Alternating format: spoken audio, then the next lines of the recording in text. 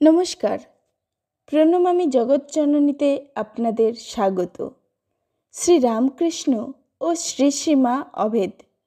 শ্রী মায়ের মধ্যেই বেঁচেছিলেন শ্রী ঠাকুর। অনেকে অনেক সময়ই শ্রী মাকে খুব সন্দেহ করতেন, কারণ তিনি তো মা, তাকে তো তার সন্তানদের দেখাশোনা করতেই হয়। তাই তার মায়াও বেশি ছিল সেদিক থেকে।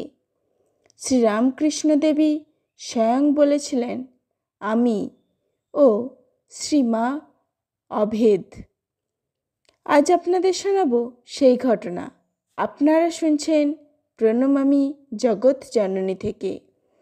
এখানে নতুন হয়ে থাকলে এটি সাবস্ক্রাইব করে বেল আইকন প্রেস করে রাখুন, যাতে এই ধরনের আলোচনা সবার আগে শুনতে পারেন।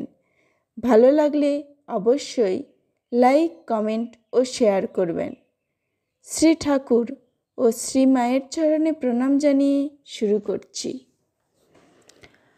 প্রসন্ন মামার প্রথম স্ত্রী রামপ্রিয়া দেবীর 2 মেয়ে নলিনী ও মাকু শ্রী মায়ের সঙ্গেই থাকতেন।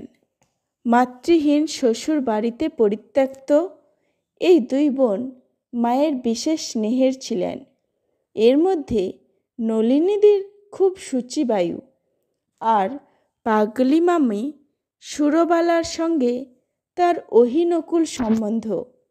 কিন্তু এদের সকলকে নিয়ে শ্রীমা শান্তভাবে সংসার চালাতেন। কিভাবে তিনি এদের সবাইকে নিয়ে মানিয়ে চলতেন তা তিনি নিজেই বলেছেন। যা কিছু করো না, সকলকে নিয়ে একটু মান দিয়ে পরামর্শ শুনতে হয় বই কি। একটু আলগা দিয়ে সব দিক দূরে দূরে লক্ষ্য করতে হয়, যাতে বেশি কিছু খারাপ না হয়। আমি এই যে রাধুর ঘরে, রাধুর বিবাহ হয় তাজপুরে, তত্ত্ব পাঠাবো, তা নলিনীর সঙ্গেও পরামর্শ করি। ওতে ছোট বউ এতে সাপে নেউলে ও তার ভালো দেখতে পারে না, সে ওর ছায়া মারাতে চাই না।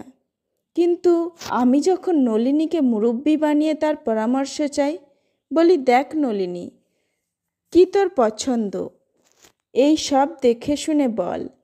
তখন আমি যেসব জিনিসের ফর্দ দিই, তাতে সে বলে, ওতে কি করে হবে পিসিমা, ওরা যেমন ব্যবহারই করুক। আর রাধিটা তো একটা পাগল, জ্ঞানগম্য কিছুই নেই। কিন্তু তোমার তো একটা মর্যাদা আছে, তুমি অত ছোট নজর দেখাতে যাবে কেন পিসিমা, তুমি তোমার মতো করে যাও। এই বলে ফর্দ বাড়ায়। আমিও মনে মনে হাসি। ওইটুকু যদি ওকে না জানিয়ে সেখানে তত্ত্ব পাঠাই, অমনি দুজনে তাই নিয়ে কুরুক্ষেত্র বাঁধাবে। দেখো, সব লোককে কিছু কিছু অধিকার দিয়ে নিজেকে একটু নিচু হয়ে চলতে হয়। আমি এই ধিঙ্গি নিয়ে তাদের হাওয়া বুঝে কত সাবধানে চলি, তবু সময় সময় লেগে যায়, যেন ওটা হচ্ছে ওদের স্বভাব। কি করব বলো, ভাবি তার সংসার তিনিই দেখছেন। যোগিনমার মনে একবার সন্দেহ জেগেছিল। ঠাকুরকে দেখছি এমন ত্যাগী, কিন্তু মাকে দেখছি ঘোর সংসারী। দিন রাত ভাই ভাইপো ও ভাইঝিদের নিয়েই আছেন। এর কিছুদিন পরে তিনি একদিন গঙ্গা তীরে বসে জপ করছেন। এমন সময় ভাবচক্ষে দেখলেন শ্রী রামকৃষ্ণ তার সামনে এসে বলছেন, দেখো দেখো, গঙ্গায় কি ভেসে যাচ্ছে। যোগিনমা দেখলেন এক রক্তাক্ত ও নারী নাল বেষ্টিত নবজাত মৃত্যু শিশুর দেহ ভেসে চলেছে। শ্রী রামকৃষ্ণ হেসে বললেন, গঙ্গা কি কখনো অপবিত্র হয়? ওকেও, অর্থাৎ শ্রী মাকেও তেমনই ভাববে, কখনো সন্দেহ করো না। ওকে আর আমাকে, অর্থাৎ নিজের দেহ দেখিয়ে বললেন, অভিন্ন জানবে। এক গৃহস্থ যুবক ভক্ত মাকে বললেন, মা, আমি সংসারে অনেক দাগা পেয়েছি, তুমিই আমার গুরু, তুমিই আমার ইষ্ট, আমি আর কিছু জানি না।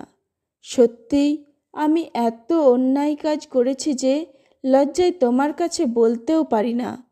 তবু তোমার দয়াতেই আছি।